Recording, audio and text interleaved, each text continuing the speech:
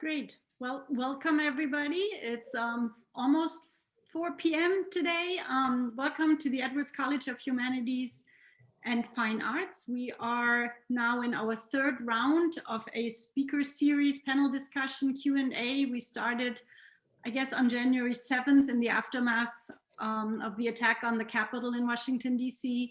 And we're here today to talk about ethics and journalism. And I'm really delighted to have four of our wonderful faculty with me here today. And maybe I should tell you who I am. I'm the Dean of the Edwards College, and I will be moderating today's session. We are on Facebook Live. I encourage you all to post questions. We will read your questions here to our speakers today. So to start, I would like to introduce our four panelists. I'm going to do this in alphabetical order. And I'm going to start with Jen Boyle.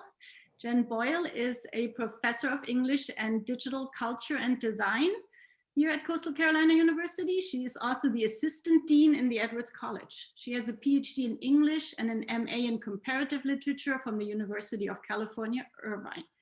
Professor Boyle's areas of interest are media studies, digital studies, early modern studies, and she also serves as a peer reviewer for the National Endowment for the Humanities in the area of digital humanities initiatives assessment and review. She has also been, until she became the assistant dean, she's been actually the director and advisor of our program in digital culture and design here at Coastal Carolina University. So welcome, Jen.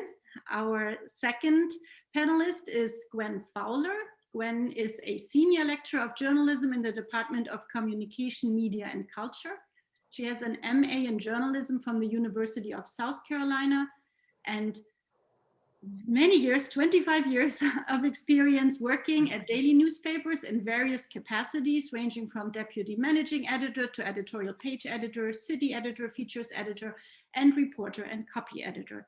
And she's teaching now for us here in our Department of Communication, Media, and Culture, most of our journalism classes. So welcome, Gwen.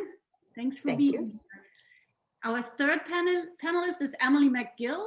Emily is an assistant professor of philosophy. She has a PhD from Vanderbilt University and just joined us here in the Edwards College last August.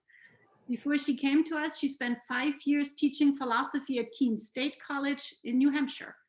And her research interests are ethics, applied ethics, feminist philosophy, and political philosophy. She has published work on political liberalism, feminist, relational autonomy, and stoicism and feminism. And our fourth panelist is Adam Pitlock. Adam is an assistant professor of journalism in the Department of Communication, Media, and Culture with a PhD in journalism and mass communications from the University of Oklahoma. And Adam also just joined us last August here in the Edwards College. I'm really happy to have both Emily and Adam with us. Adam's interests are legacy print media, journalism, academic administration, media connectedness, and sports as sociology. He is the former editor-in-chief of American Way magazine, a former editor at the Dallas Morning News, and a former reporter for Time and People magazine. So you can see that, hang on, I gotta find my screen again.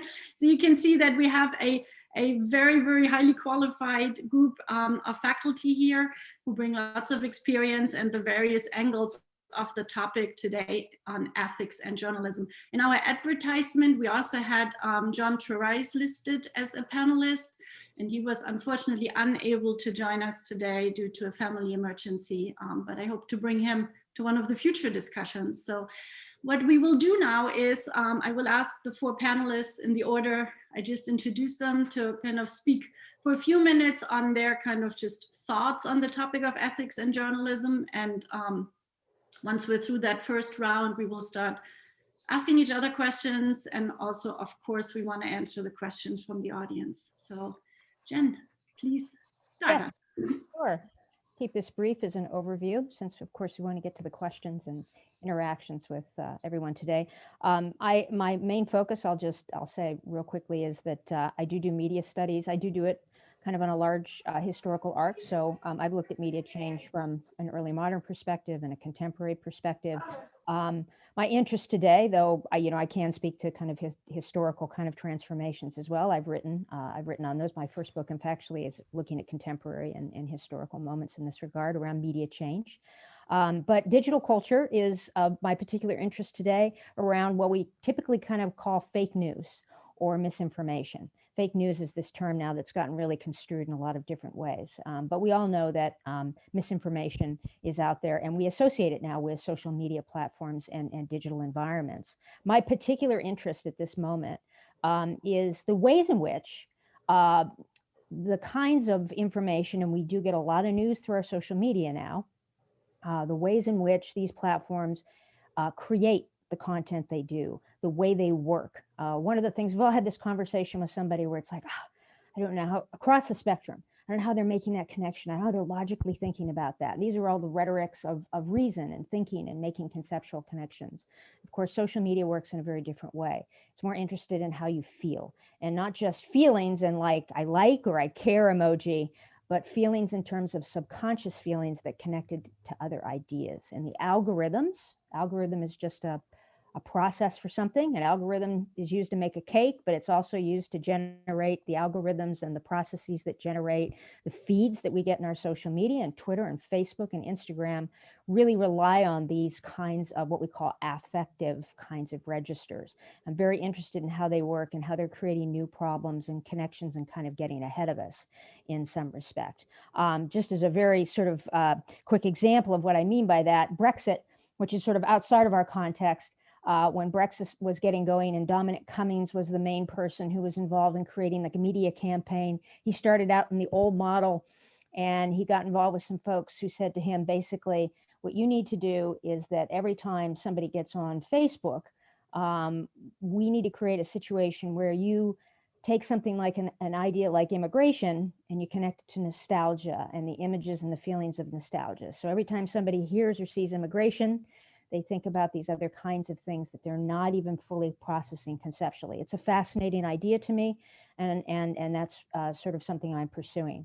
I'll just point very quickly sort of to the image over my shoulder here. I believe in Plato's notion of the pharmakon, which is the cure is also, the disease is also the cure, and that we need digital tools to solve some of the digital and social media problems we have right now. What behind me is something called Hoaxy, which is a device that allows you to see how information moves through the web, from Instagram, on Facebook, how it gets generated, how we create what we call echo chambers, which is where we only are talking to each other about a single thing. And there's some really interesting devices out there that are available to everybody, all of you, that help you outside of the binaries of conservative and liberal and right and left to think about information in a sort of critical way. And so I'll stop there. I have lots to say, but I'll stop there and hand it off to the next person. Great. Thanks so much, Jen. I think Gwen is next. Okay. So I guess when you say journalism and ethics, I think of ethics as dealing more with those choices that individual journalists and entire news organizations make all along the way. And it's more than just following legal guidelines, although certainly that would be part of it. Most media companies have their own ethics policies that employees must follow. I always felt like when I worked at newspapers, I couldn't put a yard sign for a particular candidate in my front yard. I enjoy doing that now. And there's certain things like you can't run for political office, you can't participate in marches or rallies. Those are some of those things that you generally are asked to give up if you're part of a news organization, because it involves with not just there not being a conflict of interest, but there not being any appearance of a conflict of interest. So most news organizations have codes of ethics, and a lot of them, there are some really broad ones. For example, the Society for Professional Journalists has one that sort of takes all of print and online journalists into its fold. There's one for just radio and television. There's one for the Press Photographers Association, and they're very specific. For example, I think one of the things the Press Photography Association says is you can't stage a photograph. If you're supposed to be taking a picture of somebody who builds birdhouses as a hobby, but you go to their house to take the picture and they're not building a birdhouse, you can't say, oh, let's act like you're building a birdhouse so we can get a picture of that. That would be staging the photo. That's kind of a simple example. But the examples, the guidelines are really specific. They've been updated in recent years to take into account changes with all of our news being online now. So that is a great guide for journalists, I think. Some things are really simple. For example, we would all say, well, plagiarism is wrong. But that's an easy conclusion to come up with. But there are a lot of cases where, situations are much more nuanced and sometimes the decisions are hard to make. So. Great, thank you so much. Look forward to getting back to this journalistic ethics as a journalist. So Adam, would you like to go? Oh wait, wrong order. Sorry, Emily, you're next. Yeah, thank you. So as an ethicist, I'm not a journalist, but I'm an ethicist. I'm also interested in this question of ethical obligation. So I took a look at the Society of Professional Journalists Code of Ethics, and I'm very interested in cases where there are obligations or values that journalists are meant to uphold, but there are conflicts in how we're supposed to live up to these obligations, or conflicts in what the obligations themselves tell us to do. So, for example, there are two values that are listed in this code of ethics, right? One of them is to seek truth and report it, and another one is to minimize harm. So something that I think is a real struggle is what we do when these obligations conflict with one another, because sometimes the truth can be harmful. And so what do we do when reporting the truth involves reporting falsehoods that may be harmful to people? And I think that's what we would call a moral dilemma. And I think we saw this question emerging in the previous administration. So let's say a politician says X, insert thing here, but X is false. Now, if we have to report on this thing repeatedly, like quoting the politician saying X gets this idea into the public sphere, even if we're not endorsing it as true, the idea now exists in our public consciousness. So do we keep reporting this thing knowing that it's false, and maybe that keeping saying it actually perpetuates the falsehood? Or do we stop ourselves from reporting the lie? And I think we saw this tension in different news organizations who did things like stop showing Trump speaking. So he would be giving a speech, which we would normally report on, and then a news channel like MSNBC would say, we are actually not going to show you anymore what he's saying, and they would pull away from the speech. Are they then deciding to side with the obligation of reducing harm rather than the obligation of seeking truth and reporting it? Or is that seeking truth if you're refusing to cover something that is the opposite of truth, right? So I think it's very fascinating that we have these codes of ethics that have these values and these obligations built into them, but it's not always clear how action guiding those obligations can be, especially in cases where they conflict with one another. So that's sort of my angle coming at this. Great, wonderful. Thank you so much. Then Adam. Thank you. All right, consider this. When a medical student graduates from medical school, before becoming a doctor, he or she takes a sacred oath. They take the oath to treat ill to the best of their ability. They take an oath to preserve a patient's privacy, to teach the secrets of medicine to the next generation, and above all else, to do no harm. So if a doctor violates this Hippocratic oath that he or she takes upon becoming a doctor, those actions could very well lead to malpractice, and malpractice could then lead to the loss of a medical license. So that doctor will never practice medicine again. If a lawyer openly and notoriously, or even subtly and surreptitiously, commits an offense that directly relates to his or her fitness to practice law, if they commit fraud, if they commit a felony, if they engage in excessive substance abuse or an abuse of a public office, if they conduct their craft in a way that's prejudicial to the administration of justice, or if they're found to be dishonest, he or she may lose their law license and they could be disbarred. And then that lawyer can never practice law again. And then consider this, if a general contractor, somebody that you hire to build your office or build your house, deviates on any one of the 24 possible statutory offenses that the state of South Carolina describes in great detail during the licensing requirement process and application, that contractor can lose his or her license. It could be revoked. And then they can never practice or never construct another building or a house again. But what about when a journalist commits an offense? What about when a journalist is found to be dishonest? Or what about when a journalist plays fast and loose with the facts? What happens to them? They can't lose their license because they don't have one. There is no licensing body.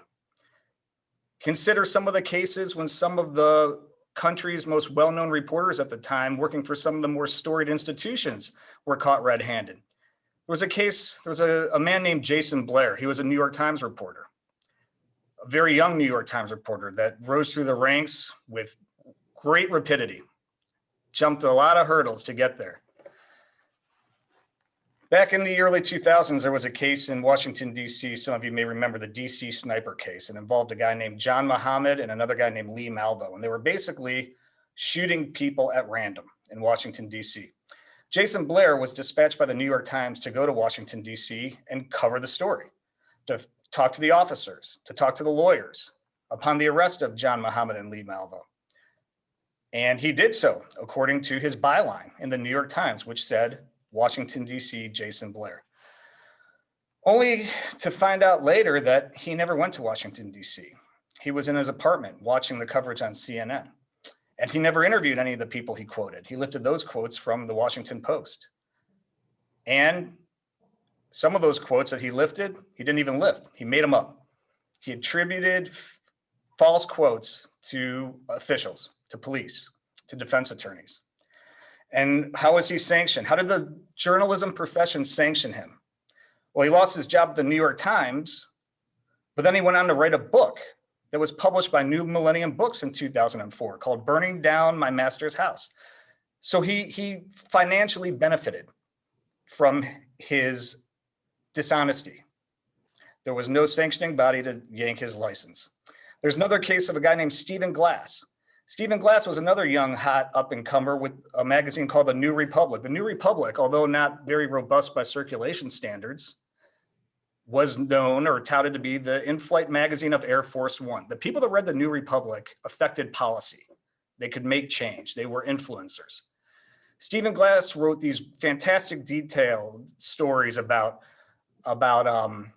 malfeasance at the Young Republicans Convention and about hackers conventions where hackers would congregate and collude to take down big business and enterprise and be rewarded for it. He found these stories that were fantastic. And part of the reason they were so fantastic was because he made it up, made them all up. Total fiction, didn't happen. Stephen Glass lost his job at the New Republic, but how was he sanctioned by journalism? Well, he wasn't hired again, So know what he did? He crossed over, he went to law, and he got a law degree from Georgetown Law School. So he ended up okay. This is one of those very peculiar professions where it's necessary to have a free press in order to ensure democracy. But by the same token, there's no real way to rein in a renegade journalist. Similarly, because we're not licensed, virtually anybody could be a journalist. They could just raise their hand and say, I'm a journalist. So we're at a very peculiar, strange crossroads right now, where the press needs to be bigger, more robust, freer than ever, because of the societal ills facing the world, let alone the country. But then how do we keep an eye on the people that are meant to keep an eye on the people? So that's the conundrum we need to explore. Great. Thank you so much. So several of you raised very, very big questions now, and I don't know if anyone on the panel feels like answering or responding at this point. So I'm looking to see if anyone has a thought response. Otherwise, I move. We have already. I'm just good. to follow up a little to what Adam said about, particularly about Jason Blair and Stephen Glass, and they're probably the most blatant cases of liars who ever worked in the field of journalism. There may be others we don't know about, but they were lying like crazy every minute, made things, just made stories up out of thin air. There's no kind of sanction, like Adam said. They got fired. I don't know that any reputable news organization would have ever hired them again. So there's some punishment there. I don't know if Jason Blair made much money off of his book. I think one of the jobs that Stephen Glass had after he got a law license, which I think he had trouble getting, passing the bar in some states because of what he'd done as a journalist. But he at one time was working for a law firm, and his job was to sort of coach people who were, maybe had been in accidents, and they were filing a lawsuit to say, this is how I was harmed, which I thought was, he probably found his perfect place. I don't know.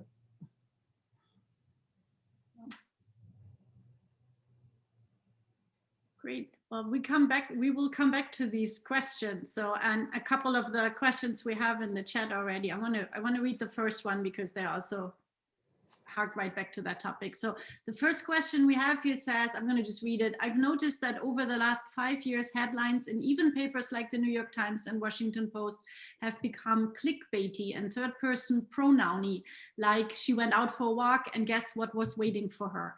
How can straight news outlets better deliver objective, factual reporting while also meeting the demands and consumer expectations of the digital/internet/multimedia environment? Jen, go ahead.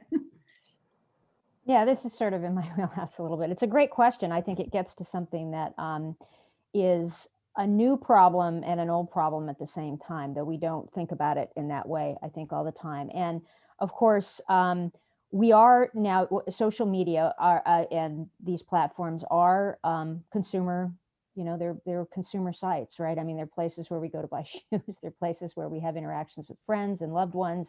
And they are now, though, highly, gosh, we just have to look at the past few months to understand just how imbricated they are with our political environments, how we get news and those kinds of things. So these two things come together. This is not a new phenomena.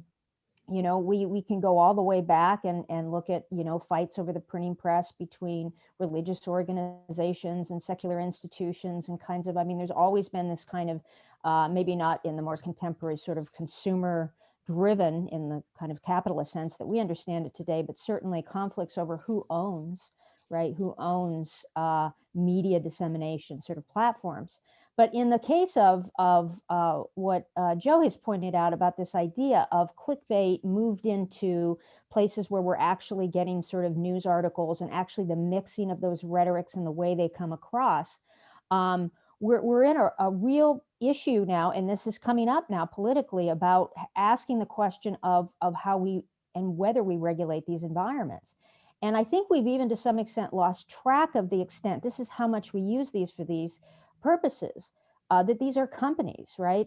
Twitter is owned by a corporation. Facebook is a corporation. Their first and foremost obligation is to sort of, their corporate needs, their stocks, and the consumers that keep them afloat, right? That's who they are. And again, I don't want to take this away, and I let experts who can talk about it in news media. We try to pretend to some extent that newspapers in the past don't have political affiliations or consumer affiliations. They do. And as we've moved further into the contemporary moment, money is an issue, right? And so, those kinds of things are still present, but it's really present in social media when we're accessing information that way. And I think one of the questions that we're going to have to ask ourselves is how we regulate these, because we can't just say they're bad, right? No media unto itself is bad, though, that's always the argument. And we can talk about ways in which social media has allowed for political participation in a way that we have not seen in the past, right? There's a movement towards a sort of popular engagement and access that has not been there. So there were some real advantages, but we have to think about regulation, what that means, what it would look like, how we would even enact it. I will just say, I'll make one sort of proleptic sort of projection about this, and people go, oh, well, this will never happen. There will come a time when through these platforms, once they go through a lot of generational shifts and remediations, will be places where we're very even likely to vote. And I know that sounds crazy, but people thought it was crazy we vote with machines and not with paper ballots once upon a time too. But before we get there, a lot of this has to be sort of addressed, this issue of sort of whether we're not at a point where we require some sort of regulation and we require some sort of new conversation about sort of, what it means to have something that is owned by a corporation making decisions about who goes on and off of Twitter. Thank you, Jen. Anyone else wants to add?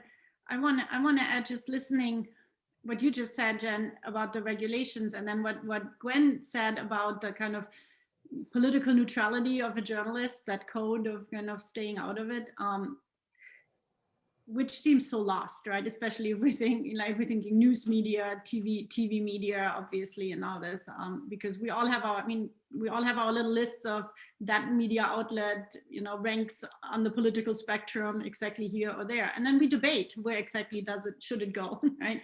So it seems like that would be lovely if this could be neutral, but we know the reality obviously is it's not. So, and I'm not by that I don't mean that the individual journalist may not, follow that code of ethics, but entire, news organizations and media outlets obviously don't. So. Mm-hmm. Well, I will say, I think especially,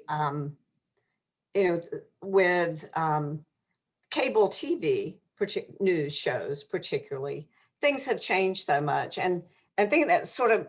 I don't want to get into, I see another question about, what about the difference between journalists and the news personalities or the people who do commentary? And they're really different, but I don't know that viewers or always recognize the difference. I don't know, even people who are reading, say, the Washington Post online always realize, oh, this is an editorial or this is analysis and this is a news story. I think that's one thing that we think viewers and readers understand, but I don't know that they always do. I think that is such an important point, what you just said. Is this an opinion piece? Is this like investigative journalism? I mean, that is, I think you're right, is very much getting lost. So absolutely. I want to read the question you just referred to. So the question is here from Kyle Holliday. Do the journalism codes of ethics identify differences between journalists and pundits or news personalities? Are there ways journalists can present themselves as true ethical journalists? There's if I could jump in here real quick to Dr. Holliday's question. It's a great question, and here's an issue that has been simmering and I think is getting more on the surface now. Time there was when you had an opinion piece, when you had analysis, it had to be labeled just that, opinion or analysis. Not just in newspapers, even on TV. Political pundits would have to raise their hand and identify themselves as commentators doing analysis. In magazines, which was my bread and butter, if you were to take out a special advertising section, even though they would try to make it look a lot like the stories in a magazine, they would have to have special advertising printed at the top. Now, again, this is not enforceable. These are policies. These are policies adopted by TV stations and newspapers and magazines. Over time, and I think the research will bear out, as financial crunch started to tighten, after 9/11, when a lot of newspapers went limping off to their dying place, after the financial bubble of 2008, 2009, when even more, publications, news stations were looking for ways to make money. And how do you go about doing it? Right, you blur the lines. That special advertising section no longer says special advertising now. Sometimes it appears as a news story. A lot of the commentators on TV, some of the bigger names, some of the names that attract the largest viewerships are injecting opinion, but they're doing it colorfully and they're doing it in a way that's engaging and entertaining. We still have to entertain. It blurs the line, to Dr. Holliday's point. It's no longer a cut and dry, this is hard news, this is analysis. In part, I think it's a money grab, but in part, I also think it's a inherent, innate way to bring people into a fledgling industry like print media, while at the same time in a robust media like broadcast, increase the bottom line.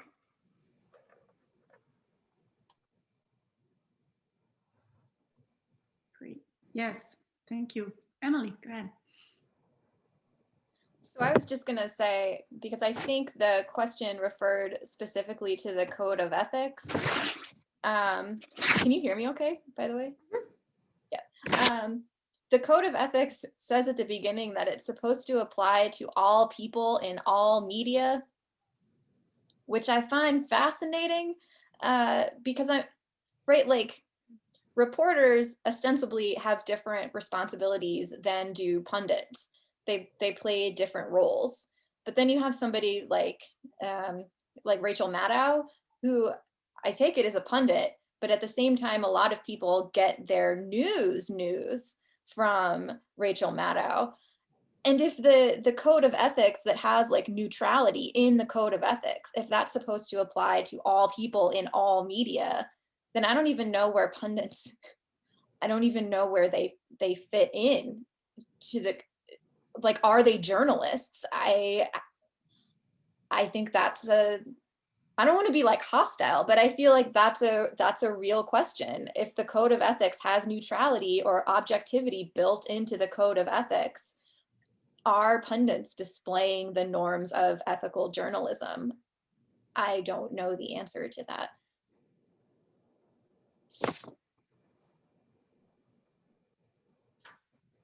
Does anyone have the answer to this question? No, I would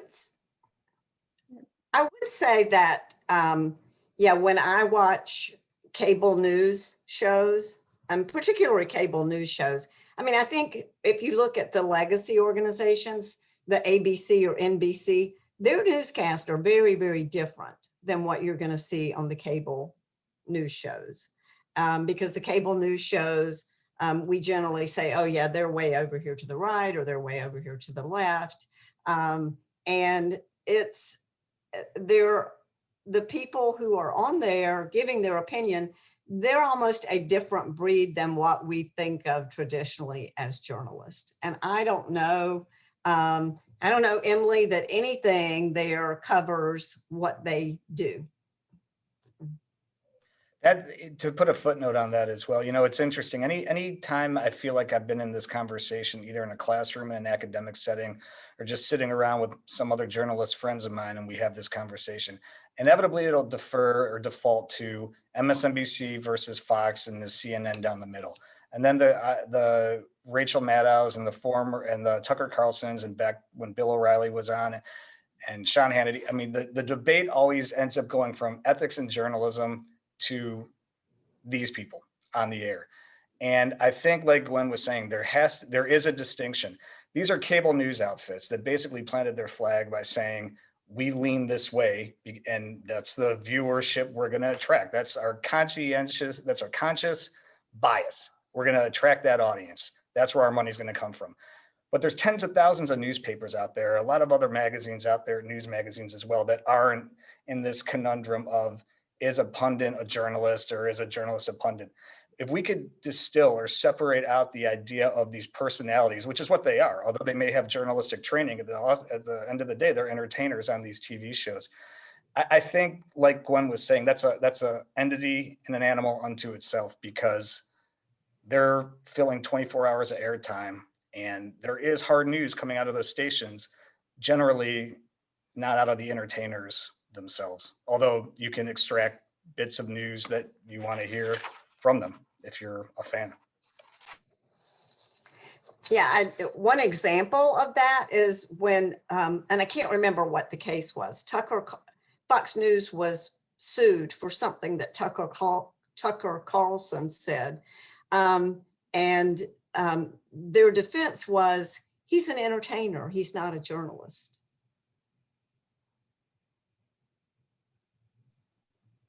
Can I just, we have one comment here in the chat that says that exactly that, right? Isn't it sad that the choice is no more ethics, truth, and minimize harm, but money? And I think that plays right into the discussion we've just been having. So, Jen, go ahead. Yeah, I just want to complicate that a little bit in saying that I think we're looking at the really sort of glaring, transparent versions of this, right? Pundits, personalities. Multiple times you've mentioned, even in sort of the cable broadcast contest, stylistics, which I think is so important, right? One of the reasons people can't tell genres apart is the stylistics that affect us at an unconscious level. We know we're not able to make those distinctions. But we could go back and argue, if we're talking about ethics, maybe, and this is something that maybe people who really sort of have the perspective on journalism.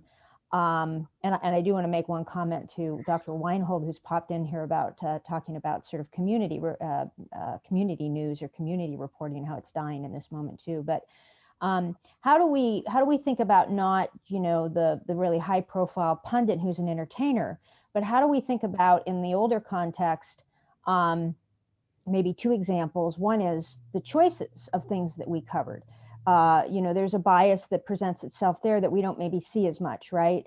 Maybe we're not seeing sort of the protests that we would see typically now that we see on social media around Black Lives Matter. You go back 50 years, those things maybe just wouldn't even be covered, right? They wouldn't be considered news. So that's its own side of ethical crisis, I think, that kind of fits in a different category, but it doesn't make it so that we're just now dealing with money and this crisis in ethics. I think that there's been different types of ethical questions in the past about who gets covered in the news, who's newsworthy, what stories are newsworthy. And then I would just ask a question about a personality like Walter Cronkite, who, is a I goes before my time, but I knew who Walter Cronkite was. And Walter Cronkite was considered a journalist, but a journalist with a character and a journalist with a style and a journalist who made certain types of commentary that we could say were on the lines of subjective objective. So just to complicate that mix a little bit, I think it's an interesting spectrum to think about even historically. Great. I want to ask this question that Amanda Bryan posted: is what is the future of journalism? And I think I want to connect it in many ways. When we started this discussion series, right, it was in response to the attack on the Capitol and the attack on really American democracy, right?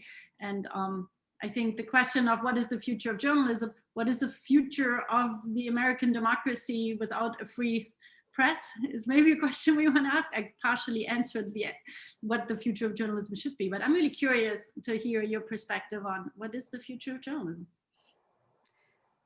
I think Jen mentioned community journalism, and I think we're in such a bad situation with the way the news organizations are so strapped right now for resources locally. If you think about in this area, we've got 3 TV stations and 1 daily newspaper and some weekly newspapers covering things, but their staff, their staffs are so much smaller than they were, say, 15 years ago. They're running on fumes, and it comes down to there just being a lot of things that don't get covered, especially the tough stories, because that's where it takes a lot of time, a lot of your staff resources, and they just don't have them. And I know so that there just aren't a lot of people who are, say, subscribing to a local newspaper anymore, and they're hurting. And I'm not going to be surprised if more and more of them just keep dying off or cutting down their days of circulation or going completely online, because that printing and that paper is a huge expense. The TV stations, historically, the largest news gathering force in any community was whatever daily newspaper was there. And that's not the case anymore.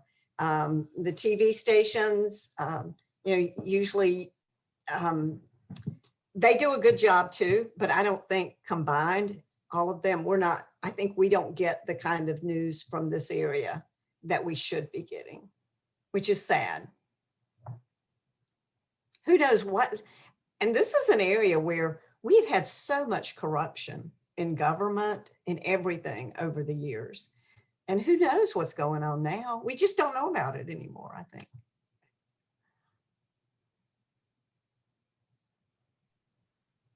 Great. Anyone else want to speculate on the future of journalism? I will say, I think that journalists as individuals, as practitioners, are going to have to be held to account a lot more than they had to be in the past, if for no other reason than, well, consider what Dr. Boyle was saying about Walter Cronkite, and who was the consummate journalist, the face of a generation for a lot of people as a journalist.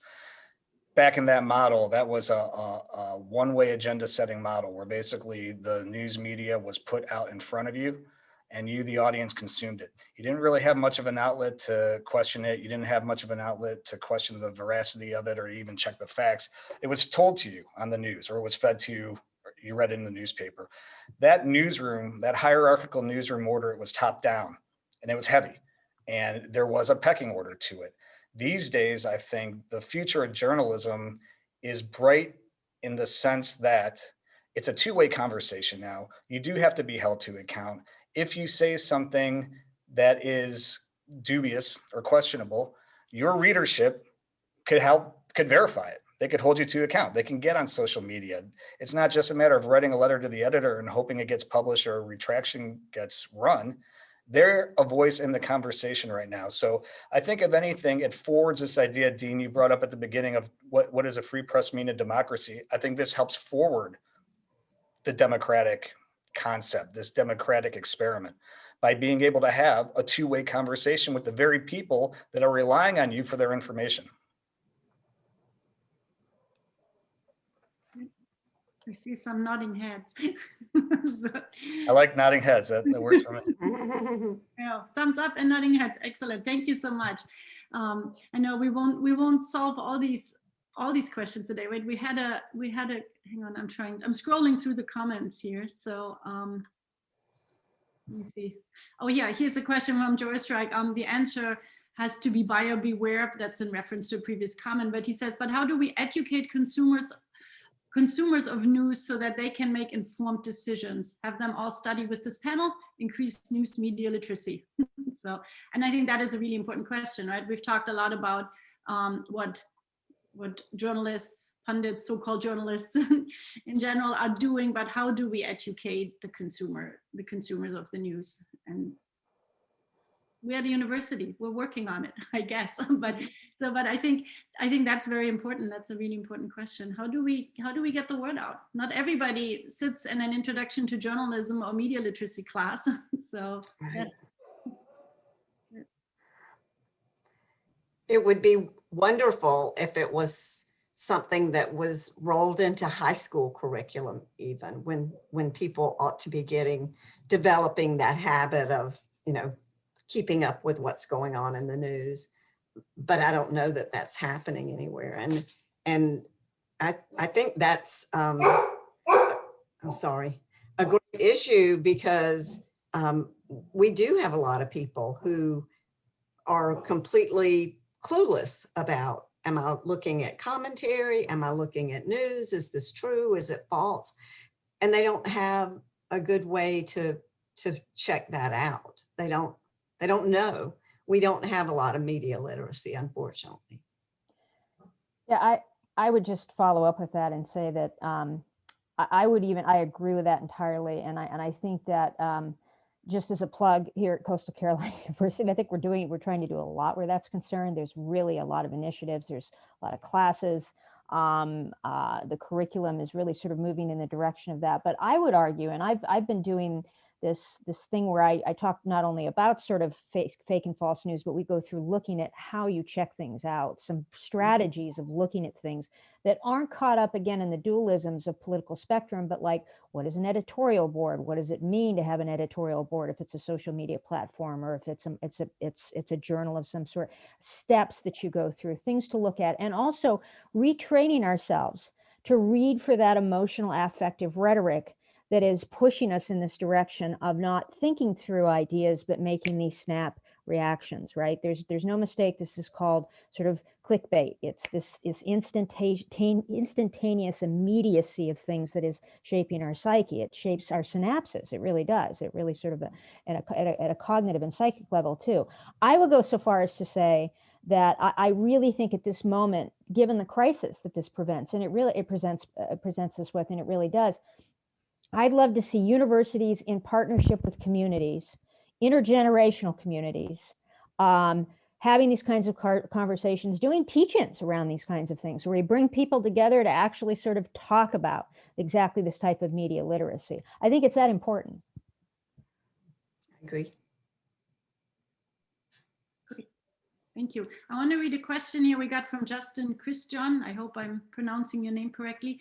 That says, I found that more and more of the local newspapers websites are starting to charge more and more for people to subscribe.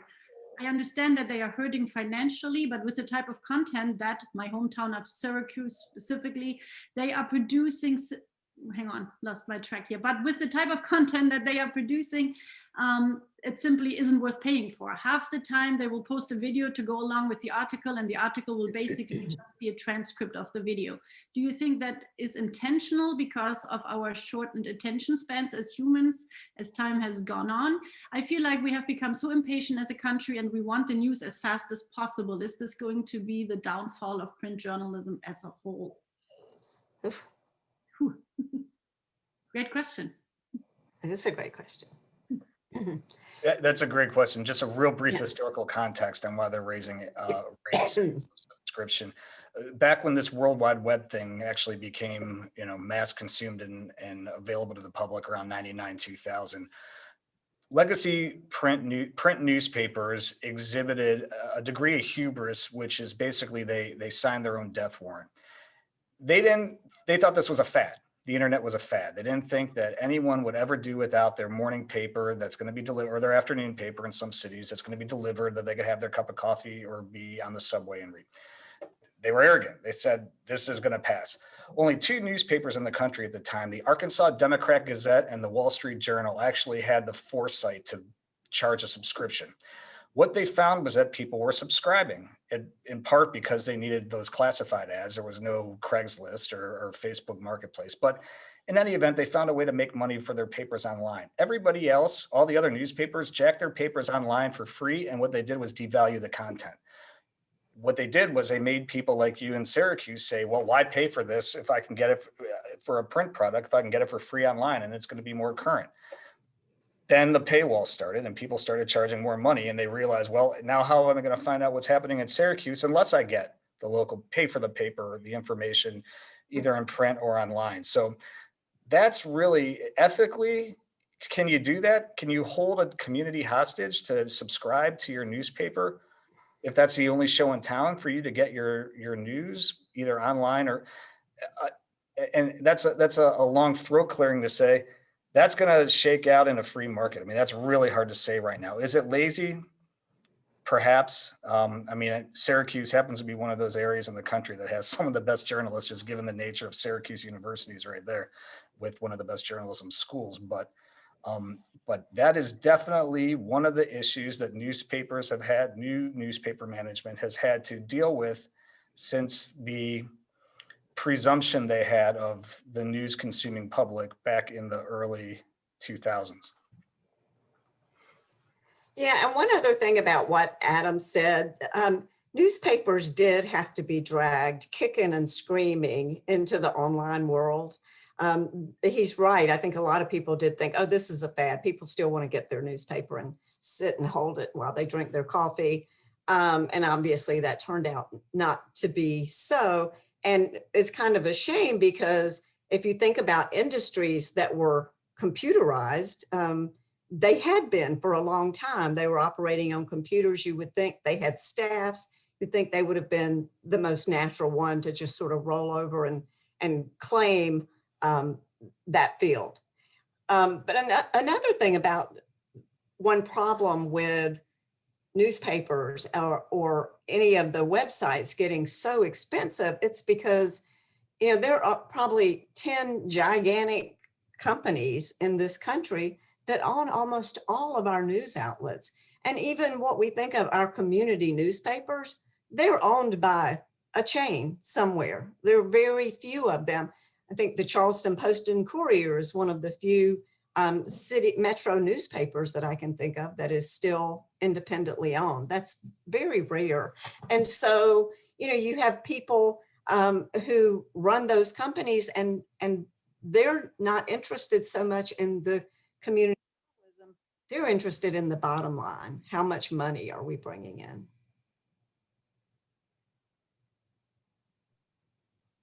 Yeah, I want to shift this a little bit to the fake news, the fact checking, because we have two comments on that. The objective, how objective are news media? So one comment we have is news organizations originally chose to be objective in order to appeal to as wide an audience as possible.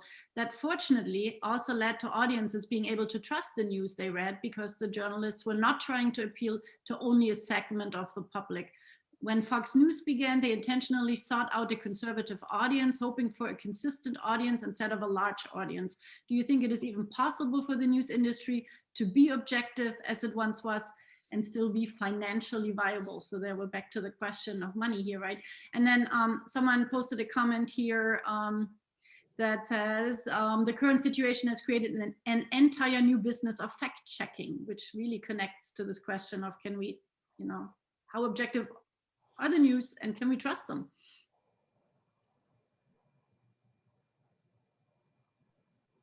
So anyone have a thought on that? Jen, you want to go? Yeah, I'll go real quickly and maybe pitch this even to Emily to weigh in on this, because I was having a thought about sort of this idea of objectivity as being this thing that's kind of lingers in the past. I have conversations with my students every once in a while, and when they're getting really frustrated with social media, they bring up what we call the IRL fetish. It's called the in real life fetish, which means, oh, back when we were, together and, we sat down to dinner and, I always bring up the example of like, there was a lot of moments where we stood in elevators and didn't talk to each other, right? It's like the in real life is not always as exciting and as dynamic as we think it is, right? It's not this easy juxtaposition. So along those lines, first and foremost, I would say absolutely fact checking has become a kind of, as somebody pointed out, an industry in its own right or an activity in its own right. But I also think that we're having to go back and have a conversation about what we mean by facts. It's something we take for granted. It's like, well, we know what facts are. Well, people really don't to some extent understand what we mean when we're talking about facts. And that's a real conversation. And facts cuts across not just this idea of evidence that we can trace somewhere, but it also gets into these older ideas of rhetoric, of how we present information and what comes into that, right? Rhetoric is really important. And I guess if I could do this to a panelist, I would say to Emily, from my perspective, this notion of the objective perspective I think we need feminist perspectives. We need diversity perspectives. Yeah, I'll just pitch that in your direction. Can you talk about that? Oh, can I? So I think the first thing I want to say is I understand the importance of objectivity, but I worry that it's not as attainable as we think it is, and maybe it wasn't really attainable in the first place. So I think it was Professor Boyle who brought this up. Like, even the choice of what we choose to cover is a choice that is based on biases and, right, like our own views of what counts as newsworthy, about who counts as newsworthy, like which populations deserve to be covered on the news. Like, that in itself is not objective. And so I hesitate to say that we should try to get back to a time of objectivity, because I'm not sure that that time existed, especially when we think about who we used to think was worth being covered on the news, and which bodies deserved to be shown on the news. That wasn't objective, right? That was bias that played into that decision. I mean, there's a philosopher who talks about this view from nowhere, and his position is that the view from nowhere, what is that even? Like, how do we get outside of ourselves to try and find what objectivity is? This is not to say that facts aren't real. It's just to say that objectivity is an extremely elusive norm that we're trying to achieve. And I don't think that that's a new phenomenon. I think that is a consistent phenomenon that we've been dealing with for a long time.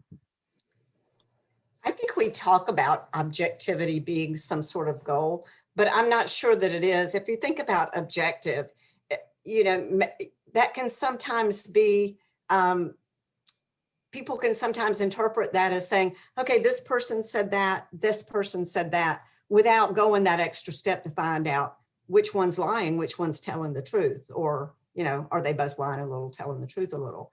I think that objectivity is one of those things that that journalists can't really achieve. We can't just shed all our biases and beliefs and past experiences when we walk into a newsroom.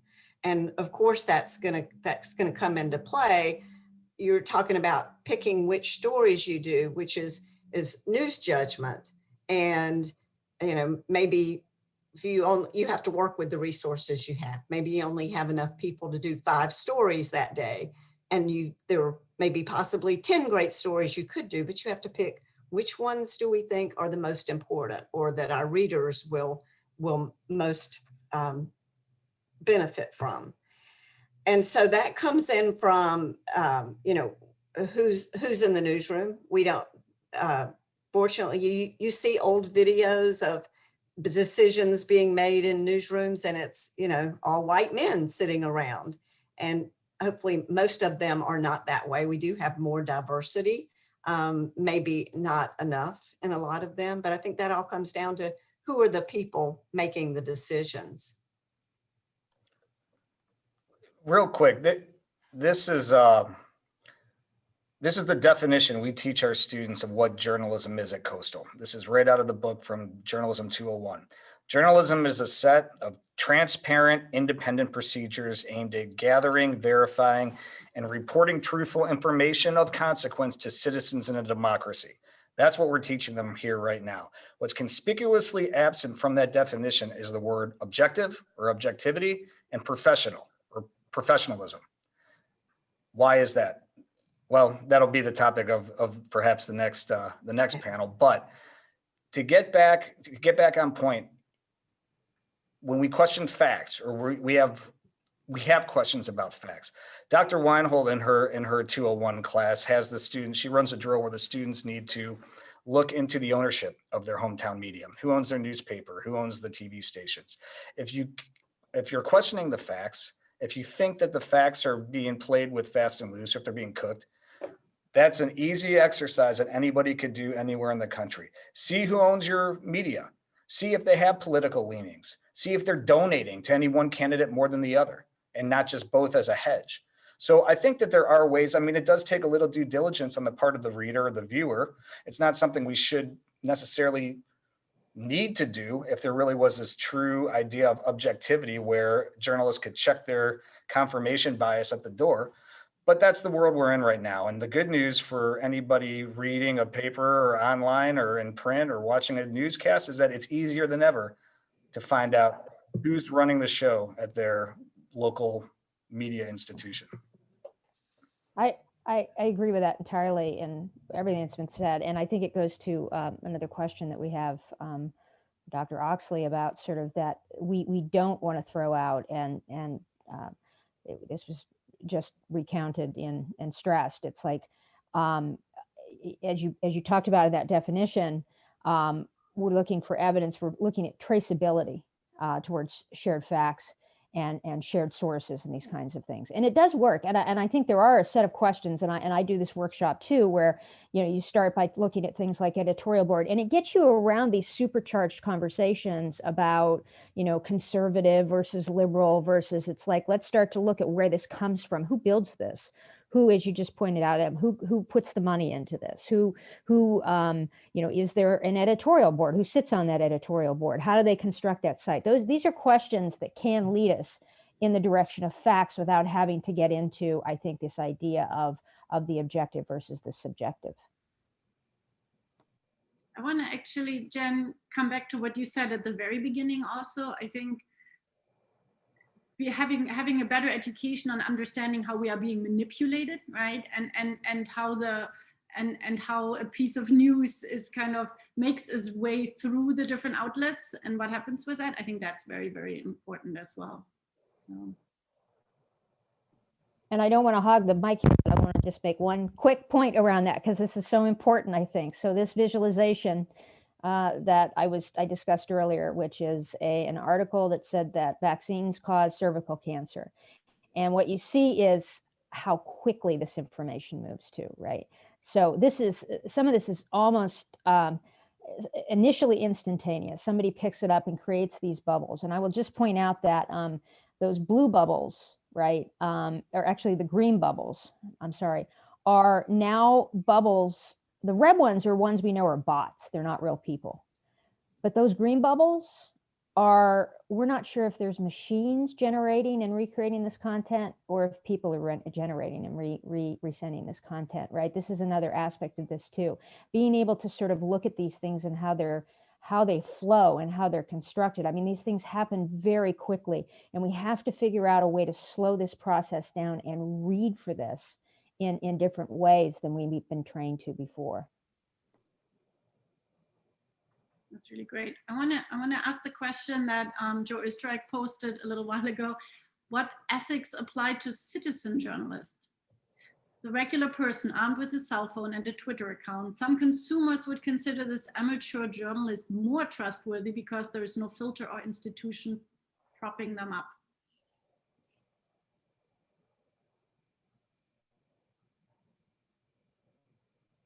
That's a good question. It's kind of asking, in many ways, asking all of us, how responsible are we to you know, push out the news? I don't know, any thoughts on that? I think citizen journalists are a great asset when they just happen to be where news is happening. Maybe someone who just happened to be near the Capitol a few weeks ago, or someone who happened to be, we talked about this in one of my classes today, somebody who happened to be at the finish line of the Boston Marathon when there was the bombing there. They've got insight, they've got maybe video that would be really valuable. The problem, I think, with citizen journalists is, you know, maybe they're trustworthy, maybe they're accurate, but maybe they aren't. I mean, the accountability doesn't necessarily go along with it. You know, for example, if the Washington Post gets something wrong, they're going to get called on it. And generally they're going to try to make some corrections somehow. With citizen journalists, as valuable as they can be, I think the big question is, how do we know they're going to be accountable? That's the point right there. I'll tell you what one newspaper is doing. In Dallas, at the Dallas Morning News, I was fortunate to be part of this experiment. I was the first contributors network editor that they had. And what that basically meant was I was tasked with the charge of going out and finding some qualified, bona fide citizen journalists, to find people with impeccable credentials that are experts in their field, subject matter experts, to write about various situations that they give a unique perspective or insight into, because either A, they can give a unique perspective and insight that nobody else has because they are experts, or B, we didn't have the bandwidth, didn't have the personnel, not enough people to cover everything. All right. Newsrooms are shrinking. To Gwen's point, therein lies the question. You could be the most knowledgeable person in your profession, but to be able to do this sort of writing and remain, as Emily pointed out, objective, which is basically impossible if you're not dyed in the wool of objectivity that schools like this and others are trying to instill in a reporter and a journalist, it's very hard to do. Okay, so what do you do about it? In the Dallas Morning News case, what they did was they hired someone to be the curator, to go ahead and make sure that you could strip out the political leanings or any kind of unnecessary information that could tarnish the point that was trying to be made by the citizen journalist. So I agree with Gwen. Citizen journalism is here to stay. I think it's an important component of journalism moving forward. I think it advances that concept that I spoke to earlier of a two-way conversation instead of a one-way agenda setting model. And what's more, I think that it could be easily done with curators, editors, people that could basically help them help themselves too. They all consider this too. This is the ethics panel, right? They're not as versed in libel law as we are. They didn't study it in school, presumably. I mean, if they're a lawyer writing about subject matter expertise, yeah, probably. But what about a doctor? So basically, as long as the media is there to ensure success of the citizen journalists, I agree with Gwen. I think it's a fantastic asset, a fantastic addition, which truthfully is probably not the most popular thing to say in journalism circles. I would just add where that's concerned that there's attempts within social media platforms actually to try this, and sort of hypothesis, which is some of us used to teach right now, which is that annotation software actually started as a device to try to do what Adam's just describing, to create curatorial sort of scalings. So where you develop kind of a reputation scoring in terms of your ability to evaluate sort of the curatorial work that he was talking about. And I think that kind of thing is going to really sort of be needed. I think it's one of the things that'll happen in the next generation. And again, this goes to another question that just sort of popped up. It's speaking to the ways in which our attention frameworks are changing. And we can say it's good and bad or in between, but our attention frameworks are changing. Our synapses are changing in terms of how quickly we react to information and how we're persuaded by it. And I do think it's important. It's the concept of remediation is this idea that we need to keep the old. The old is already in the new, but we need to really sort of keep pointing to the old while we're working in the new. And it is important, I think, to really sort of have those as it's referred to by Dr. Smith as these long forms worked into the frameworks that we're in now, that are these really fast-paced, accelerated sort of moments of information consumption. Yes, I think that's a great point. I actually, when I see Renee Smith's question here or comment here, we had a similar comment that said, it came from Linda Cardi-Dietrich, says, in the 70s, I taught mass media, a senior elective in a large New York suburban high school. All of the issues we are discussing here today were anticipated by academics at that time. Here we sit, academics, 50 years later. I taught how important the diversity of news sources was, but little by little, as FCC regulations change, large corporations began to buy many media outlets. So we just talked about that. And then Renee Smith posted something related to that, right? We lose so much when we only read the headlines, and when we don't read this, we just mentioned the long story. So it's true. I'm dating myself. I grew up being taught to not just take the one newspaper in your hand and read it, but read at least the second one, right? And today that's, thanks to the internet, that's possible technically, but who has the time, right? Who takes the time to do it, right? And those go hand in hand. Thanks for the comment. What we're experiencing is not new, obviously. But that gets us back to the question, what's the future? 50 years have passed. We were all warned of this right here. So.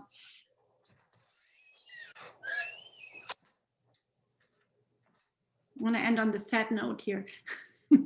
but I want to actually, maybe as the Dean of a College of Humanities and Fine Arts, I want to make one comment. We don't have a historian here, but my area is medieval literature actually, but I overlap a lot with history, and what I teach about the medieval time period.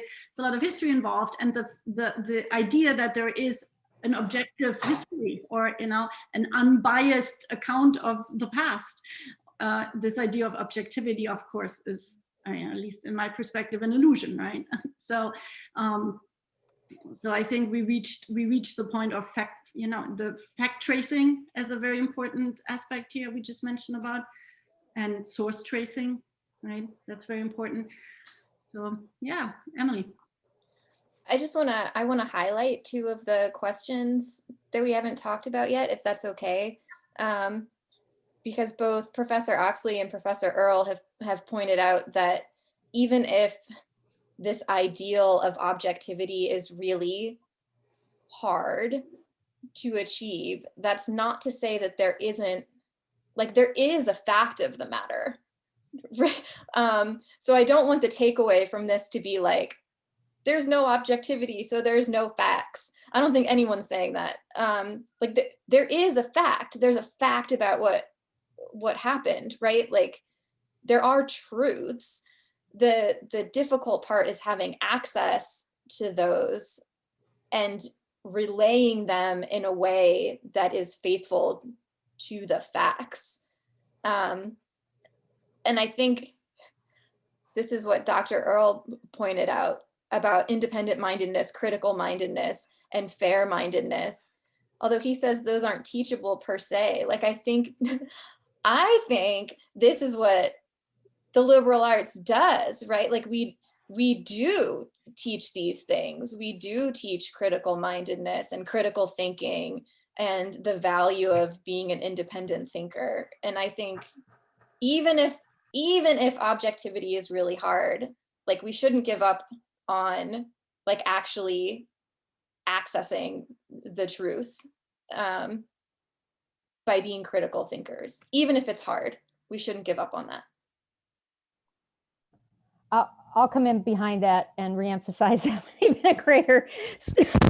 Absolutely agree with that entirely, and I do think it's teachable too. And I'll just, as an offshoot on that, I'll say that I think that rather than thinking about, there are facts, but rather than thinking about we're going towards that fact, I think that one teachable sort of framework is the experiential process of moving towards evidence and tracing sources.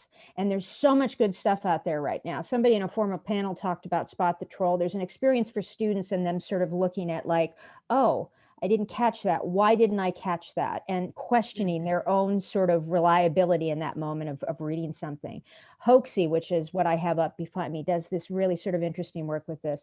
The Wall Street Journal, did a project that they're archiving now, but is fascinating and still available, called Red Feed, Blue Feed, which shows you flashes of how these things come up and the discussions of moving towards what we think about as evidence of something that's truthful is a procedural experiential process that I think is not only teachable, it allows us to reimagine what the pursuit of the facts are.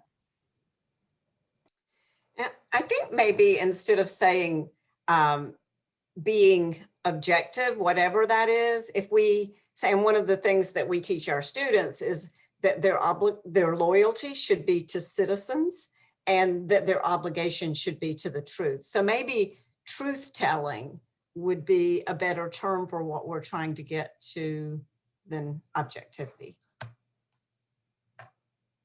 Maybe. Great. I want to just go back quickly to the very beginning. The whole role of journalism in a democracy, right? The checks and balances, right? The special responsibility journalism really has for a functioning democracy. And I think we want to give up on journalism. So I think that's very important to keep in mind. And you know, there is a reason, and I think that's why the whole fake news and the, you know, discrediting of the news media, of journalism in general, what happened over the past 4 years has been so dangerous, of course, right, for our democracy here. So, and that's why it's fascinating to kind of see how all these topics connect. Again, thinking we started with the storm on the Capitol, right, and all these pieces over all these years have built up really to that moment, right, and I think that's really important. I think one real danger sign is I looked at a survey that measured in 2016, 17, 18, and 19, how people felt about the reliability and trustworthiness of various news media.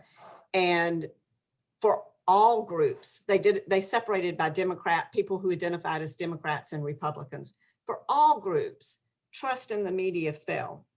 It was interesting when they separated the Democrats and the Republicans, you know, it fell for different news organizations for the Democrats and the Republicans.